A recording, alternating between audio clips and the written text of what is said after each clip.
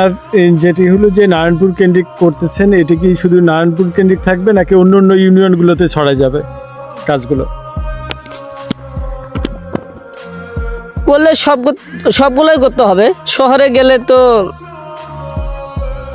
নারায়ণপুর করলে সামনে আরও চর আছে, চরের কোনো অভাব নেই। আমরা চরটা হলো এক কোনায়, হয়তো বা লাস্টে পড়ছে আমাদের চর, আরও সামনে চর আছে। সবচেয়ে চর হলো নিম্ন চর হলো আমারটা, কেন এটা হলো লাস্টে। এখানে কেউ উপরভাবে এখানে খোঁজখবর নেয় না। যদি খোঁজখবর নিত, আমি আশা করি অবশ্যই এখানে উন্নয়ন হতো, এখানে এটাই আশা করি আমি। আচ্ছা, এই এখন আপনি এই যে নদী কেন্দ্রিক বলতেছেন যে চর মানে তো নদী থাকে। এই নদীগুলো আমি আসার পথে দেখলাম যে এখানে নদী শুকায় গেছে, মরুভূমির মতো হয়ে আছে, অথচ রাস্তাও নেই, নদীও নেই, রাস্তাও নেই। এটাকে আপনি কিভাবে দেখছেন? আগে আপনি নদীগুলোকে কেমন দেখছিলেন এখানকার, এখন নদীগুলো কেমন আছে? সুন্দর প্রশ্ন করেছে স্যার, আমার অনেক সুন্দর, ভালো লাগলো। ছোটোবেলার কথা আমার মনে পড়লো। হ্যাঁ, এখানে অনেক নদী ছিল আমার না, অথবা নদী ছিল আর কি। আমরা তখন ছোট ছিলাম, নদীর মধ্যে আমরা গোসল দিয়েছিলাম।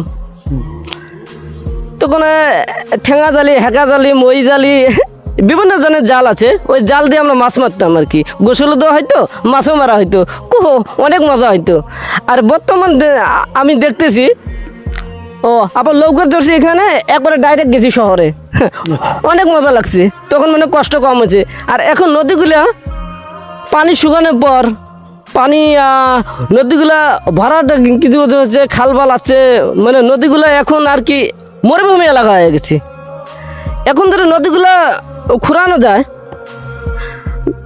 পানি ওখানে থাকবে, পানি থাকলে মাছ থাকবে। হ্যাঁ, পানি থাকলে মাছ থাকবে, আবার আমরা মাছ মারতে পারবো।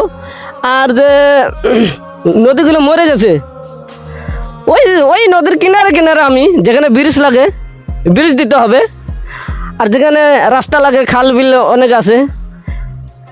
আমি আশা করি এগুলো যদি সড়ক নেওয়া যায়, শহর পর্যন্ত নেওয়া যায়, অনেক ঝিলমিল আমি দেখতে পারবো। আর ওই রাস্তার পাশে ধরো ওই নদী যদি খুঁড়ান যায়, ওই রাস্তা যদি আমি যাই, ওই নদীর পানি করবে টলবলো। কিন্তু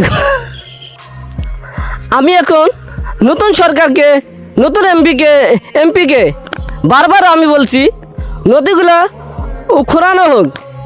আমি আশা করি নদীগুলো খুললে অনেক ভালো হবে, আমরা মাছ মারতে পারবো, গোসলও দিতে পারবো। আর নদীর উপরে ব্রিজ দিলে আরও ভালো লাগবে। ওই ব্রিজ দিয়ে গরুও হাঁটবে, মানুষও হাঁটবে। ধন্যবাদ তাজুল ভাই, আপনার আইডিয়াটি খুবই চমৎকার। যে নদী যদি বাঁচে আমাদের, তাহলে আমরা বাঁচবো, আমাদের কৃষি ব্যবস্থা বাঁচবে। আমরা যে দেশি মাছগুলো, আমাদের এই নদীগুলোতে একসময় 50-এর বেশি ধরনের দেশি প্রজাতির মাছ ছিল, যেটি এখন পানি না থাকার কারণে শূন্য হয়েছে। তো নদী খনন হলে আমরা এই মাছগুলো আবার ফিরে আসতে পারবে।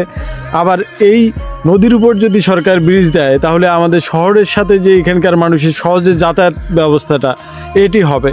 এটি আপনার স্বপ্নটা পূরণ হোক, এটি আমাদের প্রত্যাশা থাকলো। আমরা আপনার সাথে, আমি নিজেও এই দাবিটি জানাই। সরকার যিনি আছেন, আমরা বিভিন্ন জায়গায় খাল খনন দেখছি, বিভিন্ন ব্রহ্মপুত্রের বিভিন্ন জায়গায় ড্রেজিং দেখছি, খননের কাজটি হচ্ছে। সেটি যদি এখানকার নারায়ণপুর পর্যন্ত বিস্তৃত হয়, এখানকার নারায়ণপুরে যে জায়গাটায় সেতু দিলে শহরের সাথে কানেক্টিভিটিটা বাড়ে, সেটি হোক।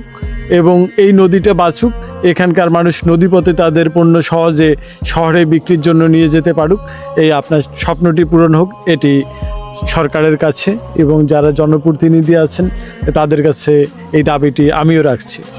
আমিও আশা করি নতুন সরকারের কাছ থেকে অতি তাড়াতাড়ি এই যে সড়ক হবে, এই যে ব্রিজ হবে, অতি তাড়াতাড়ি এখানে ইঞ্জিনিয়ার পাঠানো অবশ্যই দরকার আছে। এখানে দেখতে হবে, গবেষণা করতে হবে, কোন জায়গা কী লাগবে, এটা দিলে আরও ভালো হবে।